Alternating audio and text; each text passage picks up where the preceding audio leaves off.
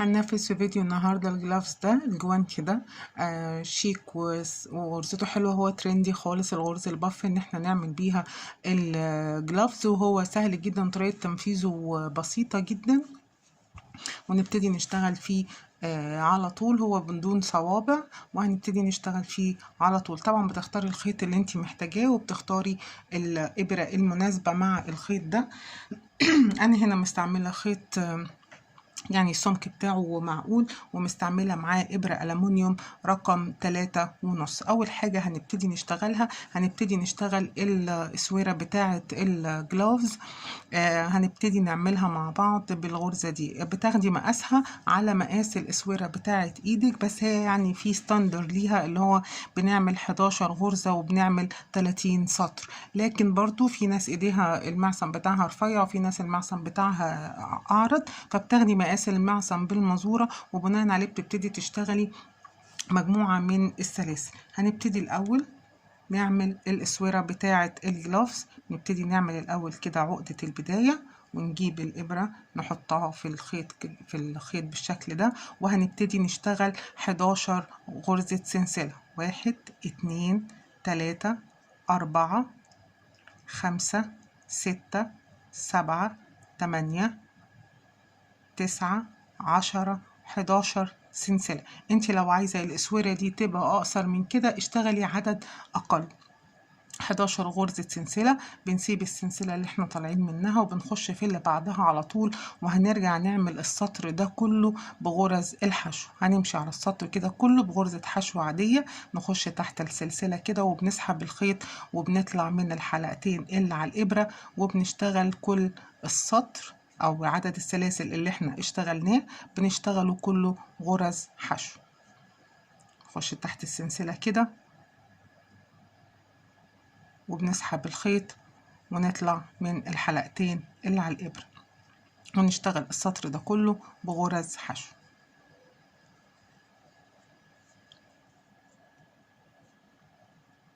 10 11 كده أنا اشتغلت 10 غرز حشو. يعني عشان الغرزة الأولانية احنا تجاوزناها ودخلنا في اللي بعدها، فبقى معانا 10 غرز حشو. هرتفع سلسلة على طول وهقلب الشغل على ظهره. الغرزة الأولانية والغرزة الأخرانية هنشتغلهم غرز حشو عادية. يعني ايه؟ نفس المكان اللي أنا طالعة منه كده هو بالخيط، هخش تحت الحلقتين وهسحب الخيط، وهطلع من الحلقتين اللي على الإبرة غرزة حشو عادية خالص. الغرز اللي بعديها هنشتغل غرز حشو في الحلقة الخلفية. أنا عندي الغرزة فيها حلقة أمامية وحلقة خلفية، هخش في الحلقة الخلفية كده وهسحب الخيط، وهطلع من الحلقتين اللي على الإبرة هشتغل في الحلقة الخلفية. يعني الغرزة الأولانية بس هشتغلها غرزة حشو عادية، والغرز اللي بعد كده كلهم أنا عاملة دلوقتي 10 غرز، فهشتغل الأولانية غرزة حشو عادية، وهشتغل 8 غرز حشو في الحلقة الخلفية، والغرزة العشرة هشتغلها غرزة حشو عادية تحت الحلقتين في الحلقة الخلفية اهو كده، وبسحب الخيط وبطلع من الحلقة اللي على الإبرة. اخش في الحلقة الخلفية كده وهسحب الخيط، وهطلع من الحلقة اللي على الإبرة، الحلقة الخلفية، وبسحب الخيط وبطلع من الحلقة اللي على الإبرة. اشتغلتهم كلهم غرز حشو في الحلقة الخلفية. آخر غرزة موجودة عندي هنا اهو هشتغلها غرزة حشو عادية، هخش تحت الحلقتين مش تحت الحلقة الخلفية. اخش تحت الحلقتين كده وهسحب الخيط، وهعمل غرزة حشو عادية كده. هرتفع سلسلة وهلف الشغل على ظهره. اول غرزة هتقابلني برضو اللي انا طالعة منها بالخيط هشتغل فيها غرزة حشو عادية. الغرز اللي بعدها هشتغلهم غرز حشو في الحلقة الخلفية، وهفضل شغالة بنفس الطريقة لحد ما اوصل للطول اللي بيلف حوالين المعصم يبقى مناسب. بس ناخد بالنا ان الغرزة دي بتبقى عاملة زي الزجزاج، يعني بتبقى استك شوية كده، فما نعملش يعني نخليها كل ما نشتغل نحطها على ايدينا ونقيس المقاس بتاعها. بس هو يعني 30 سطر بتبقى مناسبة ليها. برضو اهو في الحلقة الخلفية بالشكل ده، وهاجي برضو عند اخر غرزة هخش فيها تحت الحلقتين وهسحب الخيط وهطلع من الحلقة اللي على الإبرة، وهفضل شغالة بنفس الطريقة السطور كلها لحد ما اوصل لمقاس المعصم بتاعي. اشتغلت مجموعة من السطور لحد ما هوصل لمقاس المعصم بتاعي. الفكرة بقى اللي انا كنت بقولها ان الغرزة دي بتمط شوية، بتبقى عاملة زي الزجزاج، فلما تحطيها على الايد عشان تاخدي المقاس بتاعها خدي بالك ان تبقى مقاسها مظبوط، ولا اكبر ولا اصغر، لان الغرزة دي اصلا بتمط معاكي عشان ما تطلعش بعد كده اكبر. خلصنا كده القطعة بتاعتنا كلها بالشكل ده اهي. هجيب القطعة التانية قصادها كده، وهاجي ادخل في اول غرزة انا كنت عاملاها غرزة حشو، وهخش في الغرزة اللي انا طالعة منها اهو. انا شلت الابرة، انا شغالة في الناحية التانية، هخش فيها كده اهو، وهجيب الخيط ده اللي هو الغرزة اللي انا سايباها طالعة كده، اسحبها اهو وهطلعها من الناحية التانية،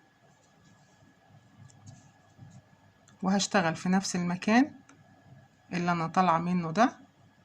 لا خلاص مش هشتغل، هو انا كده هقفل عليها كأني اشتغلتها اول غرزة. هاجي بعد كده الغرزة اللي بعدها اهو، هخش فيها هنا اهو، والغرزة اللي قصادها بالظبط اهو تحت الحلقتين، هسحب الخيط وهعمل منزلقة، هقفل كل السطور بغرزة منزلقة. هخش في الغرزة اللي بعدها اهي، وهخش في الغرزة اللي قصادها اهو، وهسحب الخيط وهعمل غرزة منزلقة، وهقفل السطر كله بنفس الطريقة.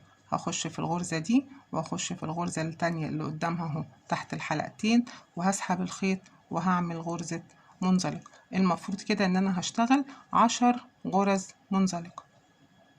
اخش في اللي بعدها قصادها وهسحب الخيط وهعمل غرزة منزلقة، وهفضل شغالة كده لحد اخر السطر. اشتغلت اهو، قفلت القطعة كلها وقفلت اخر غرزة معايا. بعد ما قفلتها هرتفع بسلسلة، وبعد كده هقلب الشغل الدايرة كده اهو، السلسلة معايا اهو، هقلب الشغل. ادي كده عملنا المعصم بتاع الجوانتي.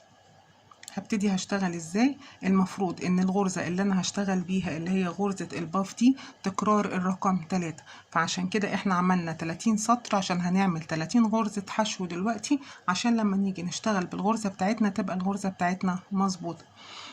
الخيط دوت كان بتاع البداية اللي انا ابتديت بيه خالص. هبتدي هشتغل ازاي.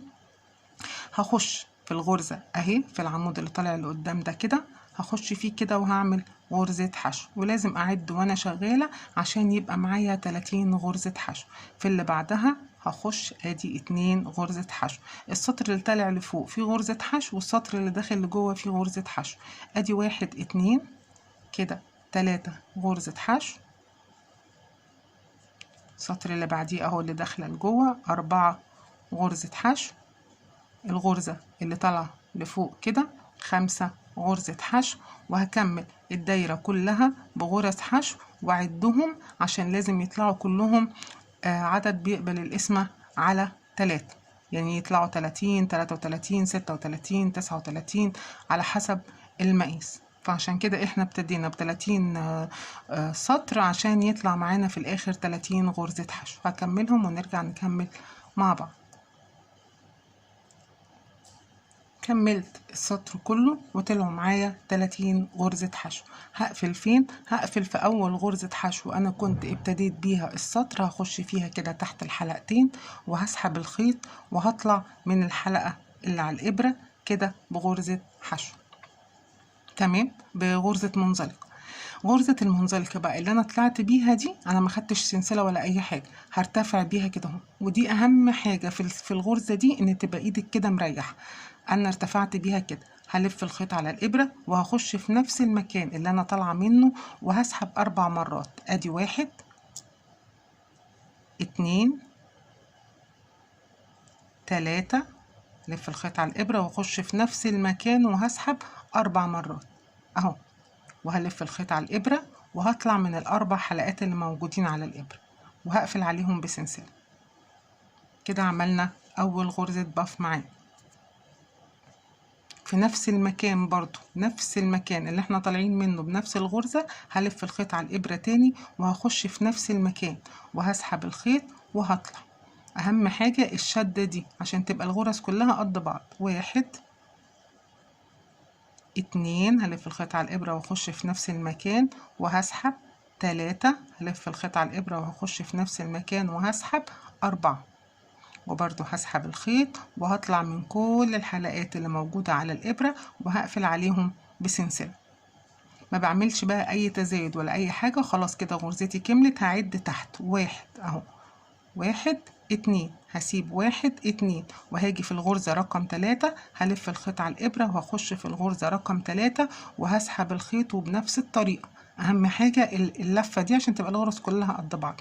والف الخيط على الإبرة واخش في نفس المكان 2 هلف الخيط على الإبرة واخش في نفس المكان 3 هلف الخيط على الإبرة واخش في نفس المكان 4 وهسحب الخيط وهطلع من الحلقة اللي على الإبرة وهقفل عليها بسلسلة.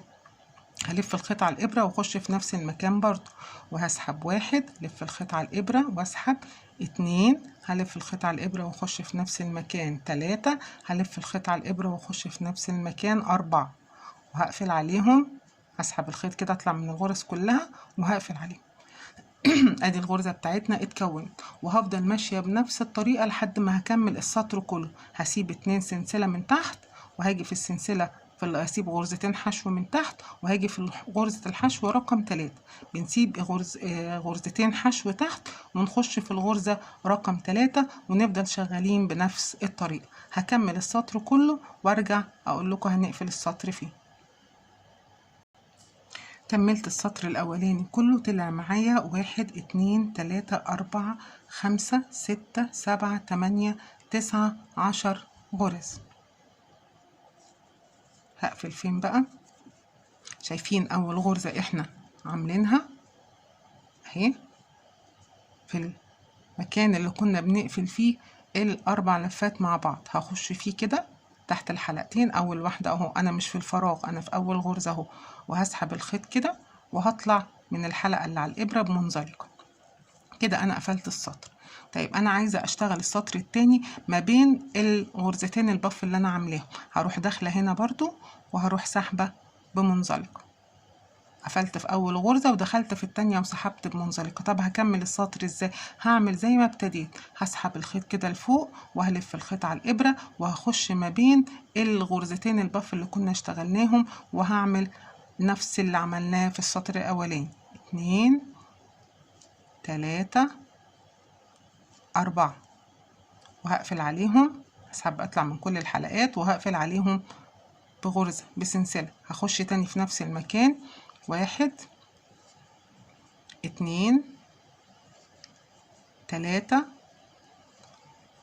4 وهطلع من كل الحلقات اللي موجودة معايا على الإبرة وهقفل عليهم بسلسلة. شايفين أنا شغالة فين؟ أنا شغالة في النص، ما بشتغلش في الفراغ ده على طول. هقلب على نفس، هلف الخيط على الإبرة وهخش في نفس الفراغ اللي ما بين غرزتين البف، بخش هنا اهو في الفراغ اللي في النص ده وابتدي اعمل برضو اكرر نفس الغرزة تاني وهفضل شغالة بنفس الطريقة لحد ما اوصل للارتفاع بتاع ايدي بالشكل ده واقفل عليها بسلسلة واخش برضو في نفس المكان 1 2 3 4. على فكرة هي سريعة جدا بس أنا عشان بشرح بالراحة فباينة إن الغرزة بطيئة، لكن الجوانتي ده ممكن ما ياخدش منك نص ساعة لو إيديكي سريعة أو ساعة إلا ربع، ونكمل بنفس الشكل ده.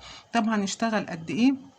بتختلف لو انت عاملاه لايديكي او عامله ستاندر. لو عامله ستاندر 1 2 3 4 5 6 بتشتغلي 6 سطور بنفس الطريقه، بترتفعي بنفس الطريقه دي 1 2 3 4 5 6 ونقف هنا اهو عشان ده هيكون المقاس كده بتاع الصباع ده بالشكل ده.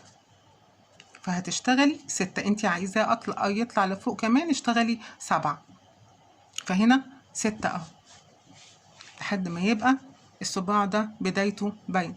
اشتغلنا كده 6، انت عايزاه اكتر اشتغلي 7 وهنقف عند السطر ده. هوصل بالشغل لحد المقاس ده وبعدين هقول لكم ازاي بننتقل للخطوه التانية.